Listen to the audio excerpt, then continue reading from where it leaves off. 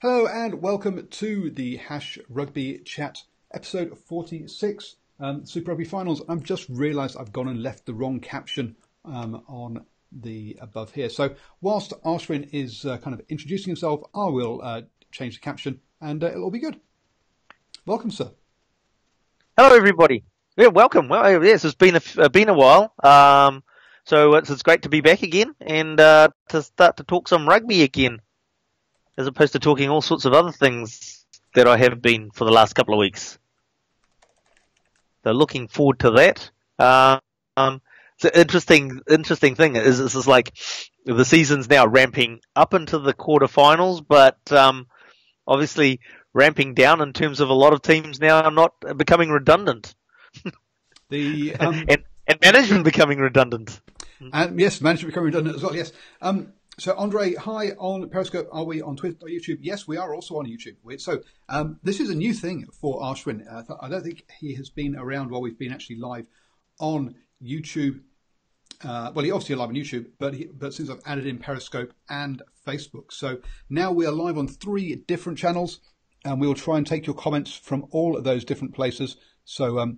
So yeah, it doesn't matter where you're watching. We will get your comments and if you have any good questions, then please feel free to ask them. Now, if you use the super chat on YouTube, that means you've hit the dollar number, and you can pay some money that comes to us. Then obviously we will definitely talk about that as long as it's rugby related.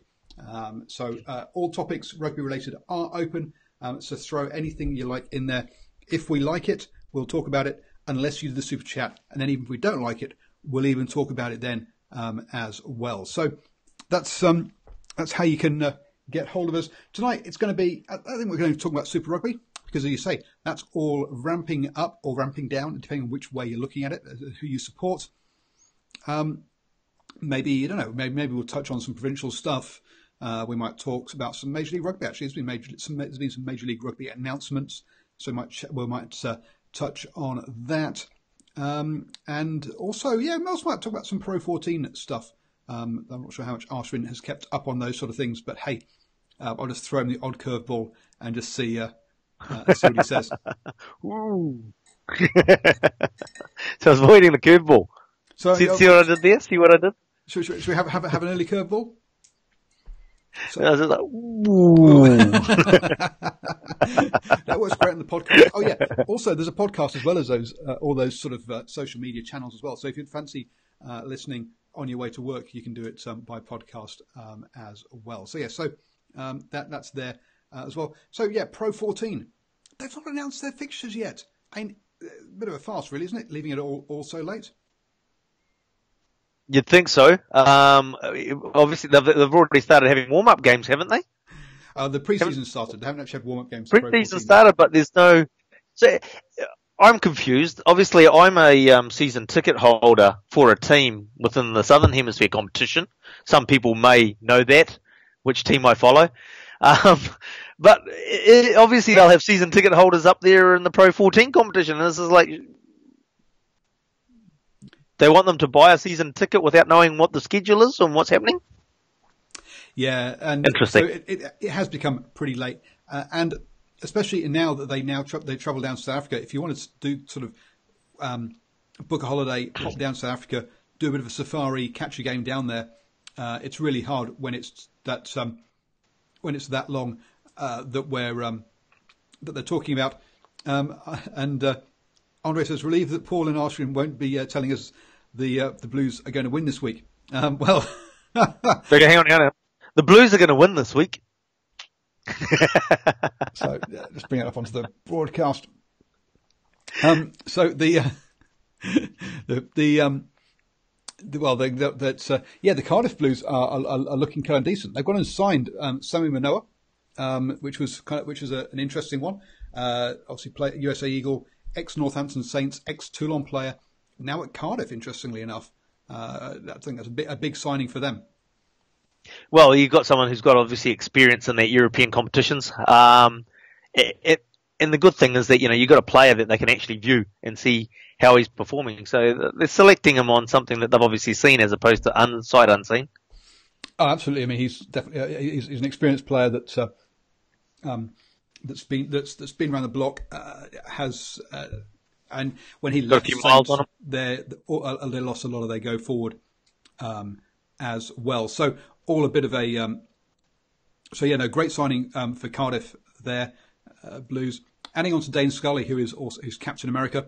He's captain of the USA Eagles, who also plays at Cardiff. Got to be some players there he'll know as well. So all looks good from that point of view. Well done for handling the curveball as we first set up. Some of you might have noticed that in the past, Arshan has gone and talked about a kind of documents, and Paul, you've written down this and stuff that you guys can't see. Well, this week there's none of that. There has been no preparation. This is going to be all off the cuff. Freestyling it. We're freestyling it tonight. So it's really handy that I think it was Jack or Christian mentioned something to talk about, so we will do that later. Have they? Oh, that's good. Yep. So yes, the Pro 14 late with a schedule. Last year we understood why, because they're obviously bringing South African teams in, and that all had to be sort of finalised. This year it seems a bit strange that they're leaving it as late yet again. The Avira Premiership schedule is already out, and they both kick off on the same weekend, so it is a bit late for the Pro 14. You got to. I'm not quite sure why. They're how many more weeks until it actually kicks off in earnest, as opposed to warm-up games? Aha! Curveball back at you.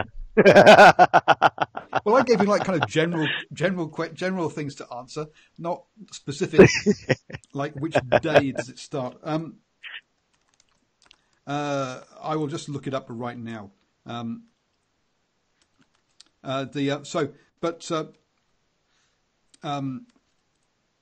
As you say, it's a bit strange that they are a bit late. And also talking about the Premiership, got themselves have got themselves a new sponsor. They are the Gallagher Premiership Rugby this time. And for those people in New Zealand, you're going to be going, Gallagher, they're those guys based down in Hamilton, aren't they, that do security stuff? And yes, that is true. Gallagher, that crowd down in Hamilton, based down in Hamilton, that do that security stuff, aren't they? That's right. That is one crowd. But there's another Gallagher group who apparently are an investment house based out of the USA. So yeah, so this is not the same Gallagher that sponsors the Chiefs in Hamilton. It's a different one. So not nice. It's nice and confusing. So the Premiership kicks off on the 31st of August. So less than 2 months away now for them to kick off. And I say, yeah, the Pro 14 still haven't announced their fixtures. So that's really a bit late by them. And interesting, because I think I might be wrong in this, but I think there's already a provisional draw out for next year's Super Rugby tournament. Wow. I think I could be wrong on that, but I think I remember about a month ago seeing something like that. I haven't seen that one yet, but it doesn't entirely surprise me. And next season for Super Rugby is going to be kind of cool, because we're not going to have the break for the internationals. Now, one of the things I see that is as I look at my website stats, and Super Rugby is what most people visit my website. Well, Super Rugby predictions is what most people visit DrivingMaul.com for. I've seen that I'm probably down by about 1,000 viewers per week from before the Super Rugby, the international break, to after the international break. So I've dropped about 1,000 views a week, which shows you that the interest in Super Rugby doesn't pick up straight away, and it takes time to build a bit. And it's only 3 rounds before the finals. It doesn't build in that time. Yes, it has built a bit, but I'm still at least 1,000 down on what I was getting before the international break. Being someone who's invested a bit more in the in rugby, you do find it weird, and I struggle actually to get back into Super Rugby. So if somebody's more of a fair weather supporter, fair weather fan, then you can understand that this just like takes a bit of time for them to get back into it. There's a couple of almost like dead rounds after coming back from the international window, because you've got teams that are totally out of it that could be playing each other. What's the point almost? That flow's gone. Obviously, this year's not been too bad because there've been a couple of teams that have been jockeying for positions or to make it back into the 8. Obviously, we have the situation with the Rebels beating each other up and not making it into the 8. So, there is that. So there has been some teams where there's been some interest around, but for other teams, it's just totally gone because there's no chance of them making it. I don't know who I'm talking about there. Obviously, the Sunwolves. Yes. Now, if you think about it, so 8 teams make it through to the quarterfinals out of 15. So more than half the teams make it through to the semi-finals.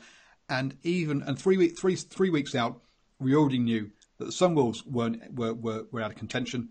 The Blues were out of contention. The Reds were out of contention. The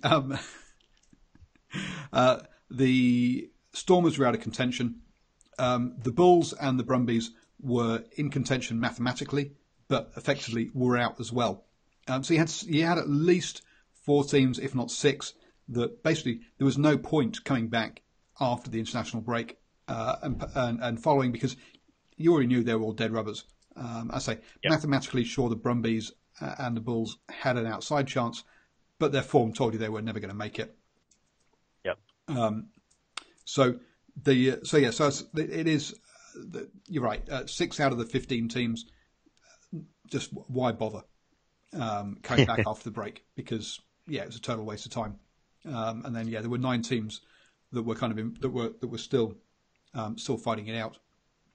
And as you say, next year you won't have that flow issue as such. But I was thinking, at the end of the day, if they'd sort of said, okay, all 15 teams are actually alive, well, that doesn't work because it's an odd number. But one plays 14. Let's say 15 has to drop out, but one plays 14, 2 plays. You might have been able to maintain some sort of interest in it. I don't know, but it becomes a moot point if that's the right term. Next year won't matter. True, but that's one of the good things about the way the Viva Premiership and the top 4 team work. With relegation, there are very few teams that have nothing to play for towards the end of the season, because you end up with the top 4. So out of 12 teams, the top 4 go into playoffs. The top 6 qualify for the European Champions Cup, and the bottom 1 gets relegated. So there are only 5 places that don't get anything, and of those, you've got to say normally 2 or 3 of those places are still fighting for something come around the last couple of rounds of the season. So there's only a couple of teams that really are basically coasting when it comes to the end of the season. But like the Blues. Like the Blues for the year running. At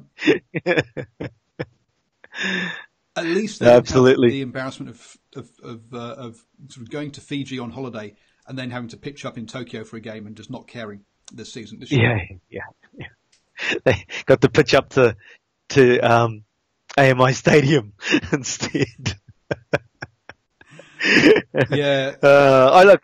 Some of the guys in the chat room talking about having a 4 or a top 4 or top 6, and it's funny. It's almost like a double-edged sword. It's just like I'm sort of thinking top 6 would be more logical, as opposed to every man and his dog actually having a chance to make it through, actually warding the top teams. Which, when you look at it, you could probably go with 6 and draw a line across at 6 and saying, well, these guys actually deserve to be in that finals group. Yeah, you got to say the Sharks definitely don't deserve to be in there after their poor form. And the Rebels didn't either, to be honest. I mean, that's why they're not there. So they got angry.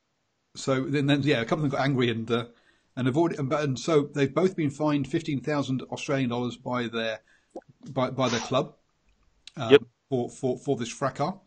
They have yet. Well, one of them is still got to come back to New Zealand and with Matthew and face a face a trial for whatever he's been accused for. Because he's on bail at the moment. He's been bailed to a Dunedin address, and he's also been bailed to a Melbourne address, and then he's also been bailed to a Japanese address. Look, I don't know what's left in the world. Maybe so, but they've got a point here. Look, he's going to come back to New Zealand at some point. So if he doesn't come back professionally, he's going to come back and need to play games in New Zealand. So he's going to be coming back. So he'll return for the trial. Otherwise, basically he's going to have to forego his Super Rugby contract and his income. So yeah, he's going to turn up for that. But apparently the ARU are also, they've got to go through an ARU disciplinary process as well. So Paul Maffey is going to have been tried and potentially fined by 3 different groups for this, which seems a bit harsh. You just think like, okay, I understand there's a game side and a legal side, but at least on the game side there should just be one set of rules that and one group that agree together what his punishment is, I think. Yeah, I tend to agree, because even his Japanese club, sort of came in and apologised on his behalf and all sorts of things. So yeah, I think that's like the other thing is that look, at the end of the day, he had a bust up with a teammate. The teammate could ask for the charges to be dropped anyway. Yeah, the teammate that's going to go play in Europe at the end of the season, who's no longer a teammate, effectively. Wonder if but don't you just have a beer and then you hug and make up afterwards or something? With blokes. In the old days, who knows what goes on nowadays? Right. Oh, we've got a comment in the Facebook Live as well. I didn't see. If the Crusaders don't win, who will? Well, the Sharks beat them this week, eh, Andre? So that's Bailey on the Facebook. So yeah, let's get on to Super Rugby then for a bit. We'll diverge onto other topics later. Actually, before we do, you can always the best way to support us is to please let your friends know about the show and on whichever channel you feel like. And the second best way is to obviously retweet, share, hit the like button, all of that kind of wonderful stuff. Subscribe to the channel, like the page, all of those kind of things. So please do that. So, talking about Super Rugby and the quarterfinals. Have we ever come into a quarterfinals where so many teams have stumbled into the finals? The Sharks are only there because of their home form. The Hurricanes seem to have lost sort of like 5 of the last 6 games, whatever it is. The Waratahs again only beat the Sunwolves because of a red card. Have come in with some really poor form. Have we ever had it so that so many teams are sort of stumbling into the finals?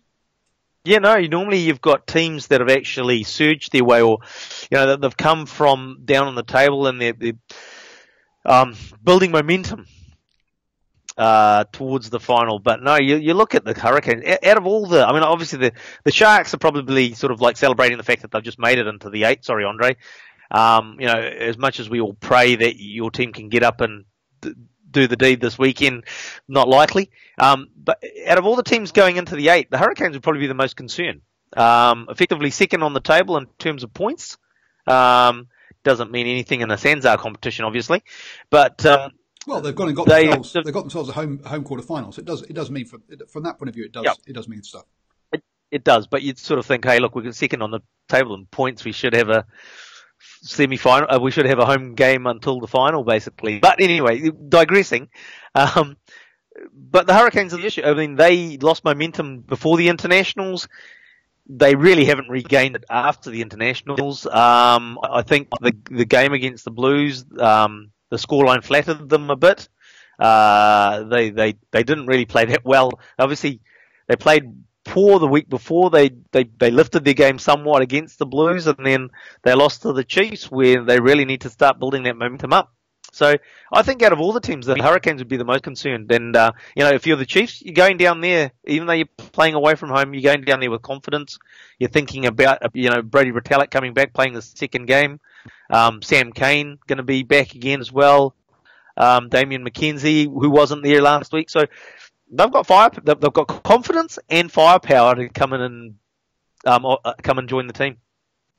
Yeah, and so I was quickly looking through the quarterfinals and thinking, we could have 3 away wins out of these quarterfinals. And when you get to final time, especially in the quarterfinal stage, where it's seeded and you got the best against worst, it's generally very easy to do your predictions. You just go home teams. Now this time around though, it's not that easy. Okay, the Crusaders will beat the Sharks. Let's be honest. That's that's kind of a given. The Sharks have won away from home once all season, I think it is, and yeah, it's been shocking away from home. And the Crusaders, whilst the last team to beat the Crusaders at in Christchurch was apparently the Sharks, according to Andre. So wow, to that one. Yes. So you've got, but that's a given. Then we look at the other ones: Waratahs versus the Highlanders. The Waratahs, again, as I just said, have stumbled in here, beat the Rebels away, beat the Sunwolves at home, lost to the Brumbies. But the performances against the Sunwolves and the Brumbies especially were particularly poor. So the Highlanders will go into that. So the Highlanders definitely will go into that with confidence. You then go to the Hurricanes versus the Chiefs. Well, the Hurricanes have just lost to the Chiefs. Okay, that was away. But as you say, we've got Sam Cane and Damien McKenzie to come back. And let's be honest, Martin McKenzie's kicking at sticks was good. But apart from that, he was a bit average. Average. Park. So, yeah, they're going to be facing a better Chiefs this week, admittedly, at home. So yep. That's definitely, there's a case for an away win. The Sharks, they lost to the Blues, and they only beat the Sunwolves by 2 points at home. So we are talking that this is okay. They've topped the South Africa Conference, but they're up against Jaguares, who won 2 games in Australia, 2 games in New Zealand on tour. Now, fine, for some reason the Jaguares can't buy a win in New Zealand in South Africa, but they can win everywhere else in the world. But again, that's another one you could see as being an away win. The Jaguares have shown the fact that they can win away. So we could end up with 3 away wins in these quarterfinals. That's kind of crazy. Absolutely. The only thing with those, so just going back to the Highlanders Waratahs, the thing that concerns me, we've talked about Hurricanes concerns. Lima Sopawanga has lost his mojo. Doesn't make him a bad player, but he's not the guy that was ripping up the field at his peak. He's definitely lost a edge of his performance. And Aaron Smith, I don't know whether he's just played a bit too much rugby or what, but he's not at the top. I don't feel, personal opinion, obviously, it's all personal opinion, isn't it? He's not at the top of his game either, and we saw a little bit with that with TJ Perenara on the weekend too. They're not at the top of the game, but they're very experienced players. So especially the likes of someone like an Aaron Smith, someone who could possibly, comes finals times, turns the switch back on, or the tap flows. So, but if Aaron Smith is on form, hard to see the Highlanders losing to the Waratahs, isn't it? Yeah, and you got Aaron Smith and Ben Smith were both given last weekend off. As you say, have they played too much rugby? Very well, maybe. So that they've both been given that weekend off. And Barca Pundit asks in the chat, "Hi Paul, can the Chiefs win the title in your opinion?" So, if they are to win the title, let's just walk you through the scenario that this likely that has to happen. They have to go away to Wellington and beat the Hurricanes. They then have to go away to Christchurch and beat the Crusaders in the semi-final.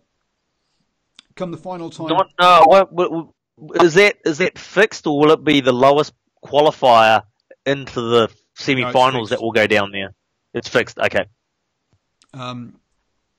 So, and then if we're looking at the final, if we look at the other side of the draw, we've got the Waratahs versus the Highlanders. We're expecting the Highlanders to win that one.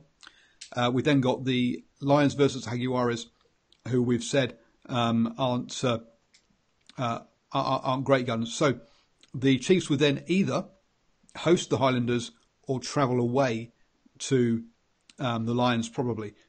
that's to go through the Hurricanes, Crusaders, potentially Highlanders or Lions to win the whole competition. That's they would deserve it. They would deserve it. Yes, that is a mighty ask. So, can they do it? Yes, they can. Will they? Extremely unlikely. That's the draw just really is not in their favour. Look, if you put some percentages behind it, in terms of, you'd sort of say somewhere between a 30 and 40% chance of them being able to do it, which is not zero, and not as but it's a hard ask. But 30 or 40%, it's achievable. Yep, it is definitely achievable in that one. So, now, yeah. just on the Sharks, I'd just like to make a point which I should have made well earlier. Is the Sharks Crusaders game? The Blues showed them the way, and the fact that the Crusaders are weak up front, they smashed their scrum and got a penalty try, so that would have given the Sharks some inspiration. Oh dear! And I don't know if but the beast at the weekend absolutely popped the Argentinian prop he was against. I don't know if you saw that one. So there was one scrum where he managed to get basically his head underneath his opposition prop's chest and just drove up with and just pinged. This guy just popped. Whoa, hang on, time out. Back the truck up here. Beep, beep, beep. Got underneath the Argentinian prop. Isn't that illegal? Aren't you supposed to be pushing straight? No, not going underneath. Yes. Well. Hey. Hey, look. I suppose so. We've got love and scrummaging. So we've basically got Crusaders winning down there. What are we looking at? I mean, I suppose, should we leave it for later, or should we go through? Since we've talked about the game, should we actually predict who we're going to go pick in the quarterfinals? Oh well, I thought we'd stop doing predictions in this show, and I'm going to do a separate prediction show. Yep. But and we generally just pick which game we're looking forward to, don't we? Yes. Well, I suppose there's two games that I'm looking forward to, and the fact that it's the Hurricanes versus the Chiefs. It's still as you're on the podcast, game. Yeah, that was all mouth noise. Don't worry. Canes versus the Chiefs. Obviously, that's. I think the Hurricanes will lift, but I do think that the Chiefs are strengthened with. I mean, as I said, Brodie Retallick had his first game back last week. I think he'll be better for it. He's been out for a while. You've got Sam Cane coming back. You've got Damian McKenzie, as you've alluded to, coming back. On the flip side, I think Artie Severe, although looks like they're going to play him, I don't think that he'll be at top. I think it's more of a case of we've got to get Artie back in here because it's now the old one-shot saloon. I forgot what, but basically Last Chance Saloon. Last Chance Saloon. Yeah, that's the one. Last Chance Saloon sort of thing. So, you drop the game, you're out. So I don't think you leave your players on the bench or give them another week to recover. So I think Artie's back, but I think he's back a bit early. So yeah, it'll be interesting. And yeah, you look at you've got to play Milner Scudder. You got to play him. Obviously he'll be there, but he's the only point of difference in that backline. We've talked about this before in previous shows of the sameness of attack. And if you've only got big boppers that just take the ball forward and rely on their size, and if they're getting pushed, beaten back in the tackle, what do you got to go back on? And if you haven't got steppers, you've got nothing. It's on the face of it, that's the one that sort of jumps out to me. Perhaps the most intriguing one is that Lions versus Jaguares, because one of the things the Jaguares, as I say, have struggled in South Africa this season. I don't think they've won any games there this season, but they are a team that really can play on emotion, and this is their first ever finals, and so I think there'll be I think they'll have this is again they're definitely targeting. Now, sure, they would have loved to have overtaken the Lions and ended up and sort of hosted a side in Argentina, but that wasn't to be. And I think Ledesma will. I think there will be absolutely G'd up for this one. The Lions really are not at their best. The Bulls zoomed out to a 0-12 lead last weekend before getting reeled in and thrashed in the end. But I can definitely see the Jaguares causing the Lions a bunch of trouble. And I'm intrigued to see if they can step it up. And when they went on that 7-game winning streak, can they get that form back, or are the 2 losses they had the last two rounds actually the real Jaguares? Who's going to turn up?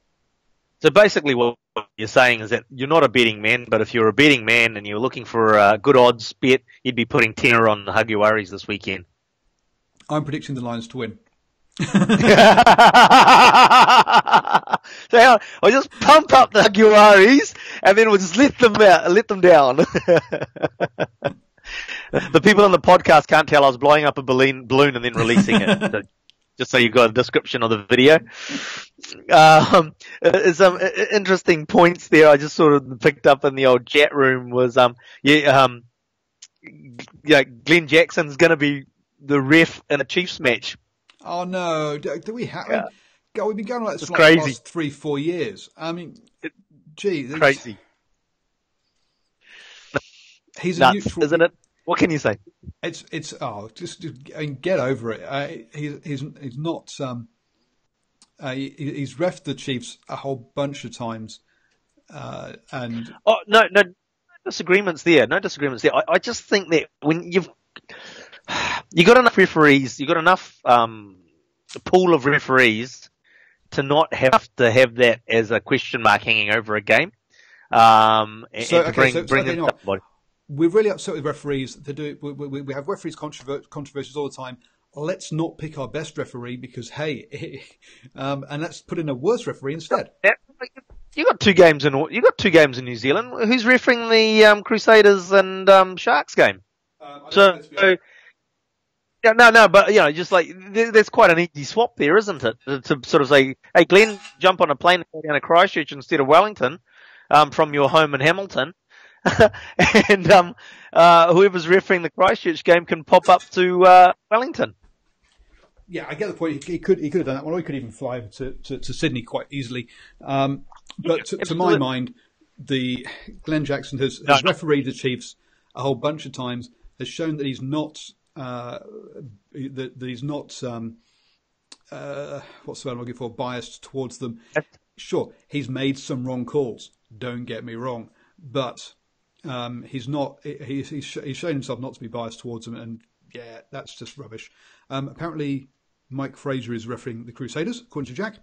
I just think we need to get just at international level. Sure, let's use have neutral referees, but at Super Rugby at club level, you'll find all in the Premiership. You've got English refs for English teams. In the Pro 14, you get you'll have South African refs reffing in South Africa, and so forth. And so for me, at Super Rugby level, we shouldn't be worrying about that kind of stuff. The day is where the Lions, British and Irish Lions, or the English go, or Irish or Welsh go on tour down to New Zealand and don't get a single call all game are over. Those kind of home refs just don't exist anymore, and the game's much better for it. Okay. And it's my show, so it's my it's our show.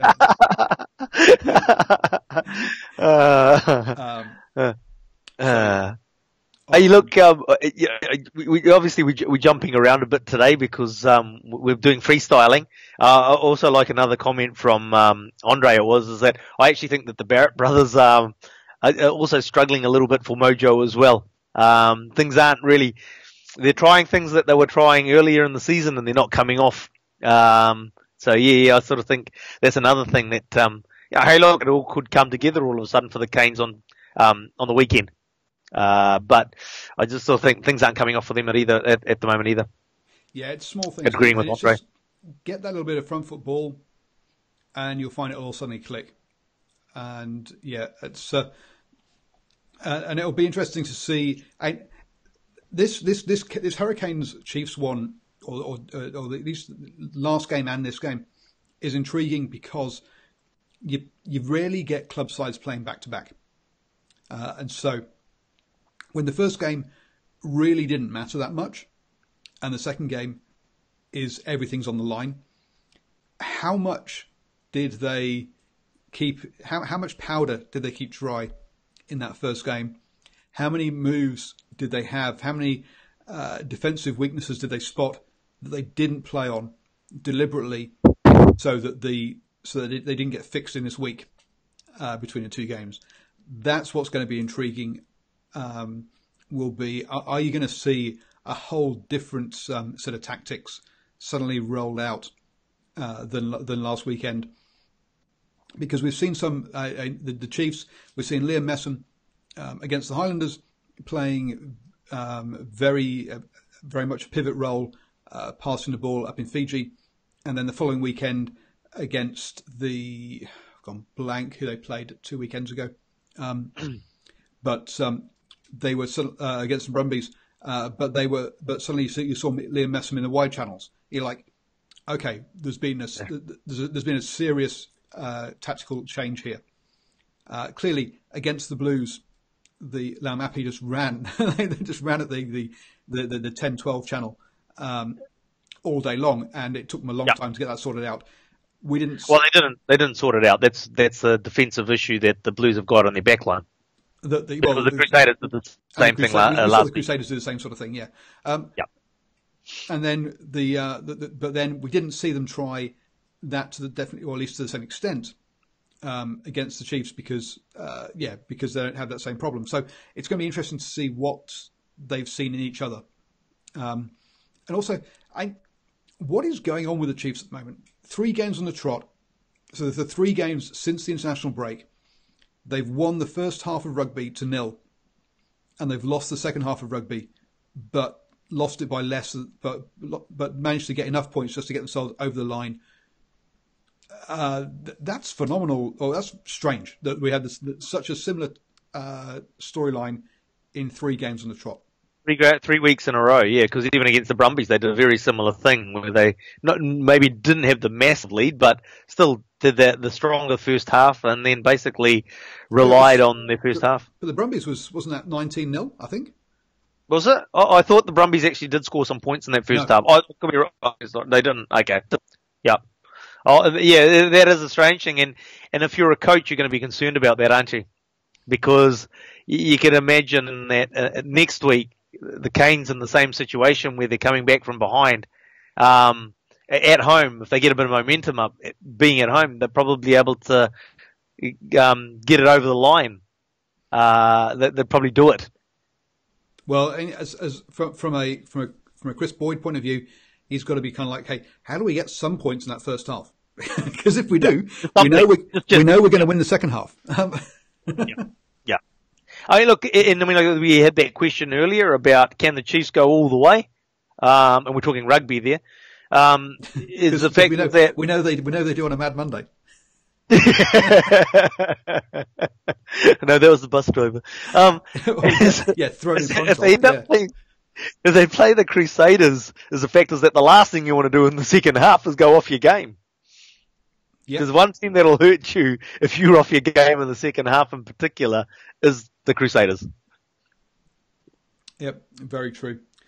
I think we've probably gone through the quarterfinals stuff by now.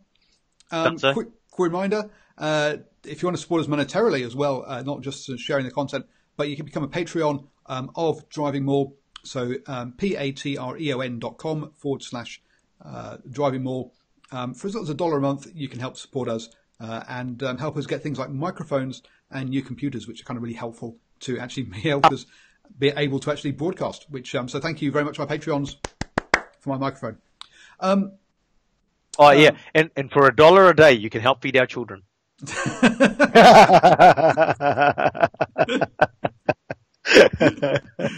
Oh, dear me. Major League Rugby. Let's go on a different tangent here. So Major League Rugby has just finished its first season. Had 7 teams in it. which were the Glendale Raptors, who won the regular season but lost in the final to the Seattle Seawolves. We had the Utah Warriors, the worst name in the league because obviously how many Warriors teams are there in the world? NOLA Gold from New Orleans. We had the Houston Sabercats, which I love, that name. We had the Austin Elite, which is a bit of a strange one, but there you go. And I've gone and forgotten one. The San Diego Legion. There we go. So that's the seven team league, and we already knew that Rugby United New York, which again is going to take over being the worst name in at Major League Rugby because Rugby United is a massive Twitter account already. But anyway, so Rugby United New York, or Rooney, as it's getting known, are going to be joined. So now they've had a pre-season, or they've had an exhibition season, which has been good. Today, the Ontario Arrows, who also have had a exhibition season this season, are joining. So that's the first Canadian team to join the league. And that will take it up to 9. And then also we have the Los Angeles Coast, who, as far as I'm aware, only exist on paper currently. So they're going to require some players. But great to see that actually they're looking at 10 teams next season. A good growth for the league. Oh look, I saw. Obviously, it's difficult when you've got a family to watch the amount of rugby that we want to watch. But I did actually end up watching a couple of the games, and probably watched at least three games all the way through, and then obviously a few games where I was able to catch parts of the game. And the quality of rugby for first season, understanding where they're coming from, and it was not bad. And you saw some progression in the games in terms of the quality of the games as they went along as well. So I think it's got potential as a competition. I think the biggest risk they've got, which they've had in the past, and we've had this discussion possibly off air, is the fact is the monetary side of it and the organisational side of it. But I understand that this time it's a bit better. You'll correct me on that if I'm wrong or not. But yeah, so this time's better. So so Pro Rugby was one guy who was who literally writing the checks for it. So that's always that's interesting. Oh wow, hang on, sorry, I've just got to. We're going to have to go back a second here and rewind to the quarterfinals. So King Bilko says, so Chiefs beat Canes at home is the first comment. And the second comment is, no ways, bro. Like Paul, Mr. DrivingMaul always says, always back a New Zealand team at home. And that's and that's very true. That is kind of generally my motto is generally my kind of saying is that if you've got a New Zealand derby, back the home team. If the New Zealand team playing anyone else, always back the New Zealand team. But yes, King Bilko, I think Biko, not Bilko, sorry. This is not that funny 1960s army show comedy. Captain Bilko, wasn't it? That was Sergeant. The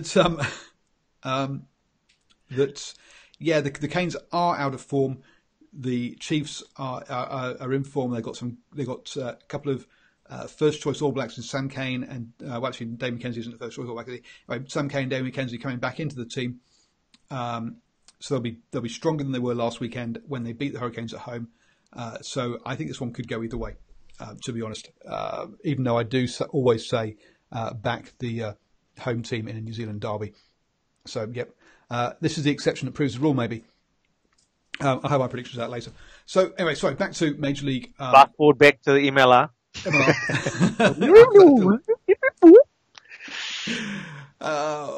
So first off, to be allowed to get into the league, you have to front up the entire amount of cash you need to pay your players and all your other costs before the season even begins. So financially, yes, it's in a much more stable situation because you have to throw up a bond. And then all the players are contracted centrally and paid centrally because after each team gives the league the cash that it needs to pay those players. So the clubs are actually paying for their players, but it's been put in kind of in a trust account, so that the players know the money's going to be there, which is great. As long as the league doesn't go to the track. Well, there is that, yes.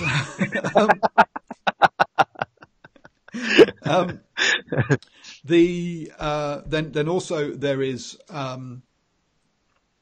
they had amazing TV numbers with CBS. So for the first year, they paid CBS to be broadcast, and there's talk that in year 2 already CBS will be paying them rather than the other way around. So straight away. It looks like there's going to be. It all looks like to be heading in the right direction. My concern, and this is one that's been voiced by a couple of the American podcasters as well, and a few other pundits over there, is around expansion and how quickly this grows. So we're already talking about 10 teams next year, and that's. And one of those teams doesn't exist at the moment. So they've got to find themselves a full 30-odd man squad from somewhere. At least the other 2 teams exist. I mean, Rugby United New York actually loaned out 2 or 3 players to other Major League Rugby teams this season. And so they'll return they'll return to New York to play next season. So they've got a squad already in place. They've been playing exhibition games. Clearly, Ontario being the first team in Canada, means they've got all the Canadian teams, Canadian internationals they can select. So they're going to be fine. So that's okay up to 10 teams. We have Washington, D.C. joining the year afterwards, definitely. So that takes us up to 11. And then we've also got talk of a team in Chicago, Boston, Dallas, which other ones were mentioned. That's going to 14. There's another 4 that I can't remember off the top of my head right now. Atlanta, Vancouver, and a couple more. And then there's a couple that weren't listed on this Flow Rugby map, which include Las Vegas and Toronto. Now, apparently, the Ontario is actually on the outskirts of Toronto, so maybe but I've heard there's actually another Toronto team that might take place. That's 20 teams. There are not enough players, professional players, in the USA to maintain 20 teams currently without the quality just going down the toilet. And that's their big Holy problem. Crap! The Auckland secondary schools competition is going to get rated even more. So to me that is their biggest problem. Can they support 20 teams in 10 years' time?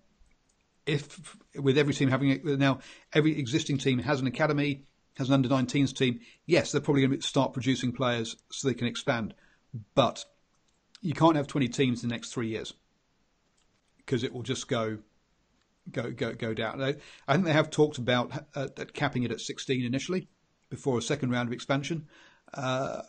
What that's kind of might cause is a bit of a gold rush to try and get one of those 16 spots before they're all used up, which I think, which is what to me, the LA Coast one sounds a bit like, and a bit concerned at how quickly that one's moving, even though from what I hear, the people behind it are in the right kind of place.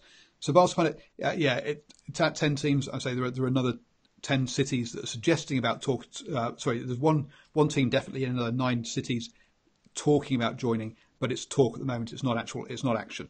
But we are definitely going to get to 11 teams at least by 2020, and you'd expect Vancouver, a second Canadian team, to go in there. So it's going to get to 12 at least, you'd think, by 2020.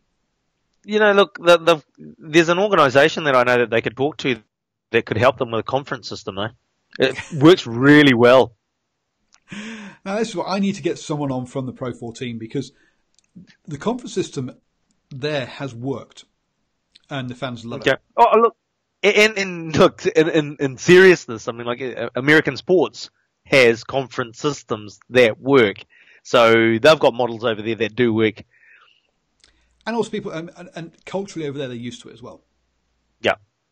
That's the way all this sport is basically. I mean, when you're looking at their version of rugby with American football, that's in a conference system, the NBA. So the two biggest sports, I'm not sure the baseball, how that works, but obviously with the NBA and the NFL, both operate on a conference system. As you say, they're well versed in conference systems. Yeah.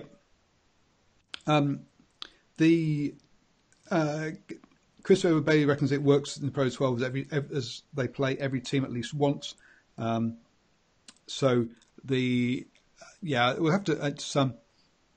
Just trying to think maybe that's the answer. But you say in the USA that they definitely don't play one at least once. So we'll see how it we'll see how it pans out going forwards. But I need to sort of have a review of why Pro 14 has worked. Because it has worked with two conferences there, and as they try and fit all the games in the same number of weekends as they did with the Pro 12, and that was the reason they did it. They didn't want to grow the season, which was why they did it that way. So Major League Rugby will be growing up to 10 teams next season. Any other kind of the final was good. I was just going to ask you. Like, obviously, I didn't see the final. What was your impressions of the final? I mean, the quality of the rugby sort of reflected how the season went, or obviously being a final, it can be tighter. And not only that, we also had the two mainly defensive teams in the final as well. But no, they did score a good number of tries. It was a good game. Disappointing number of fans there, and they decided to host before the season started. They decided to host it in San Diego. That the semi-finals would be in Glendale, and then the final would be in San Diego. And with San Diego not making the final, the turnout wasn't what it could have been. So hopefully that'll improve, and so we'll see how it works out. Unbiased rugby, Pro 14 works because the conference system has no country bias, as teams are split between the two conferences regardless of country. No, they're not. It's very much got country bias because what they do is they take the four Irish teams and put two in one conference and two in the other. They take the four Welsh teams and split them, two in one conference, two in the other. The Scotland one in each, Italy one in each, and South Africa one in each. So there is definitely you can say that. It is definitely done along country lines, but you're right. It's not a country per conference or anything like that. So maybe the reflection here is the fact that South African rugby fans and New Zealand rugby fans are so used to and have grown up, through our provincial competitions, watching, your countrymen bashing each other, beating each other up. That's what you're used to seeing. That's what you want to see. When we talked about the conference systems in the States, that's what Americans are used to, conference systems. Over in South Africa, over here, we're used to sort of, the rivalry before Super Rugby, for all rivalries, was Canterbury-Auckland. And that was the big game. And even with Super Rugby now, and it's unfortunate with the Blues being shit for, I've said bad words, being bad for so long. That's what does, but the New Zealander still wants to see New Zealanders bashing each other up, and the South African still wants to see South Africans bashing up. If they went to a Pro 14 type, pardon? Not true. That's not true. That's the problem. So New Zealanders want to see New Zealand derbies. Yep. Yeah, they do. Yeah, that's what I'm saying. Okay. South Africans do not want to see South African derbies. They don't. No, South Africans want to see New Zealand versus South African teams. They're the ones that get. Wow. Okay. Wow. The reason. Mind blowing. So the reason for that is in New Zealand, our club competition or our provincial competition does not have close ties to the Super Rugby teams. So Auckland Mighty 10 Cup team has players in all five Super Rugby sides, and the players get spread out across the country for the Mighty 10 Cup, and it's very different sides than we see playing Super Rugby. In South Africa, the Blue Bulls and the Bulls are very closely tied to each other. The Sharks and Western Province are very closely tied to each other. The Golden Lions and the Lions, the Stormers and... Oh, hang on. Is it Stormers and Western Province and Sharks and Sharks? Anyway, Stormers, whatever it is. Stormers, Western Province, sorry, Sharks and Sharks.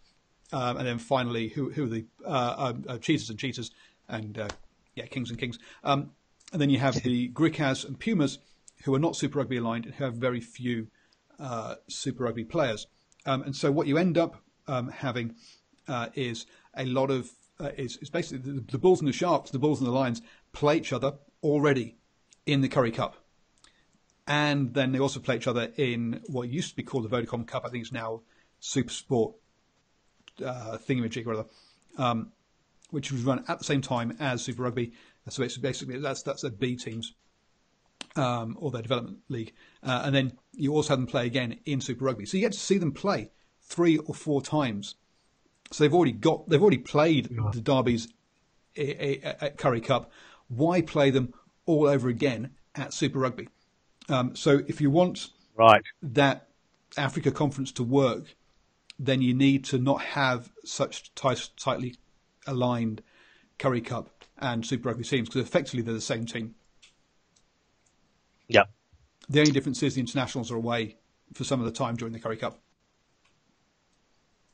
I stand corrected. Yeah.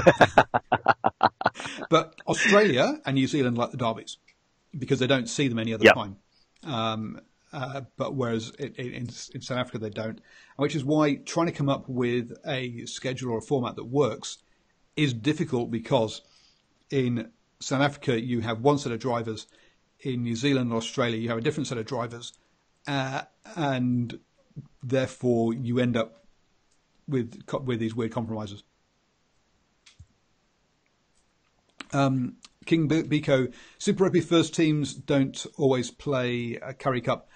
Sure, the internationals don't play, and a few of the players are released to go and have play in Japan to make money. Play in Japan, but it'll be all the other players that are left will play the Currie Cup side of things.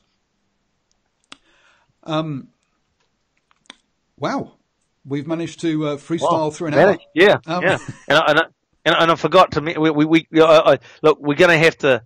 I'm going to have to jump back a little bit, because there's one thing we have to mention was that, and I said that to you before we started the show when we were having a bit of a chat, is that the hit in the Highlanders Rebels game, the hit of the season, legal hit of the season, the final tackle of the game, and oh man, that was just fantastic. That was just like, yeah. I mean, it wasn't just the tackle actually. When you look at the Rebels started.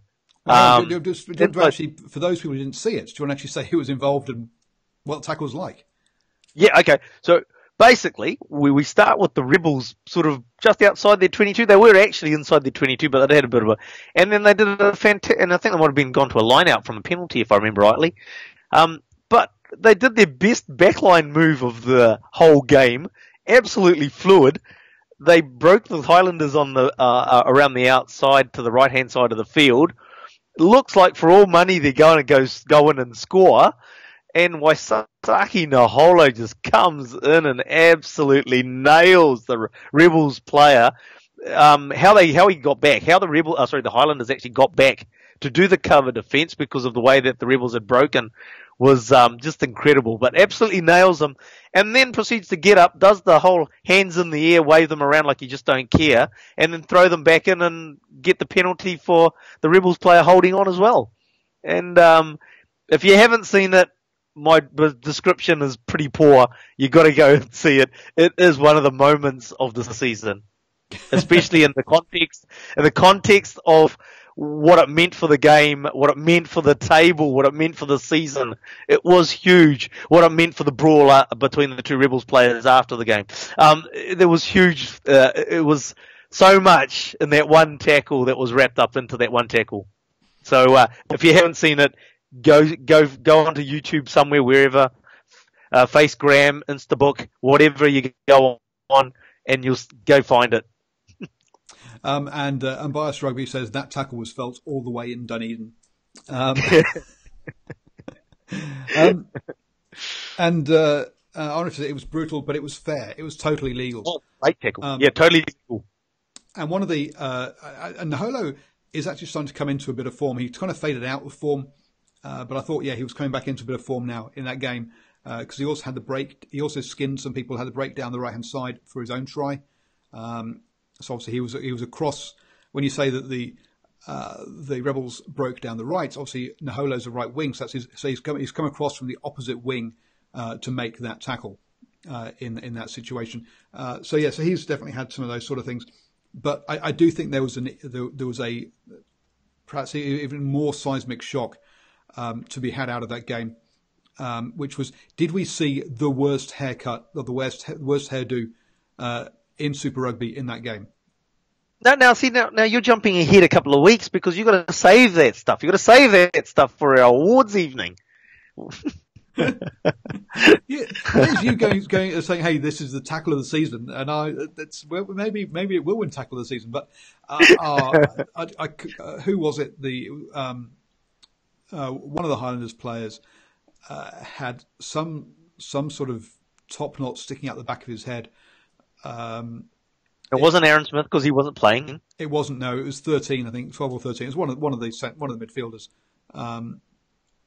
So not Ty Walden because he was rested as well. But it was awful. And as someone said, it doesn't make you look like a samurai. It didn't make him look like a samurai. It was awful. No, we got a few. We are going to have a Super Rugby Awards evening on #Rugby Chat, and we'll be covering off on a few. Obviously, we'll have things like sort of Coach of the Year, Most Disappointing Team of the Year. But also have a few fun ones like, worst haircut. Will Genia already has 2 nominations in that category. So we'll see how the voting goes. But he's, and we've also got, the Highlanders, I think, will be represented more than once as well, in that one. So do check us out. And nominations for things like, Imanga Jensen. Yeah, that's probably right, Jack. Do give us, nominations for things like worst haircut of the season. If you want to give us some other ideas for awards as well, definitely drop us a line, and we'll do that. I was going to say, start a hashtag for #DrivingMaul Awards, and then put your incident or moment or what you'd like us to have as an award, I think, and then we can start collating something around that if we've got the hashtag. And as Andre says, a Twitter poll on the voting poll. We will definitely include. There will be some that go to public vote, and there'll be others which are definitely a dictatorship decided. Paul's putting his Winston Peters hat on.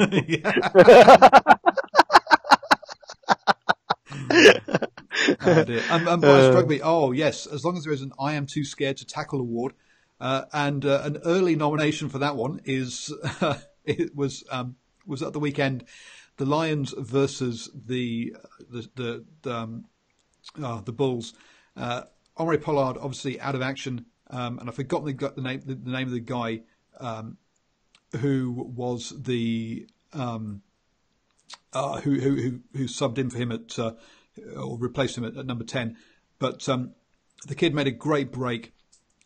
Through it all, and he found running towards Yenchi's at fullback, and Yenchi's managed to sort of step himself out the way of him it was one of the worst sort of last ditch tackle attempts I've ever seen.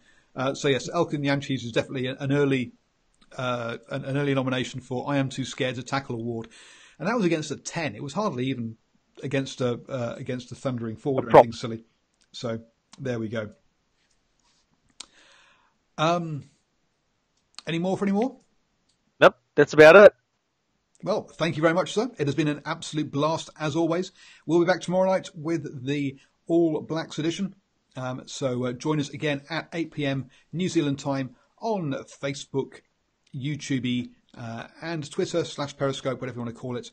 Most people don't seem to understand what what Periscope is. So yeah, so on you can watch it on Twitter. So we'll be there in all our glory. So thank you for joining us. And Arthur's NZ Fatso on Twitter. I'm DrivingMaul on Twitter. Get in there, chat, hit the likes, thumbs up, things, sharing, and all of that kind of lovely jubbly stuff.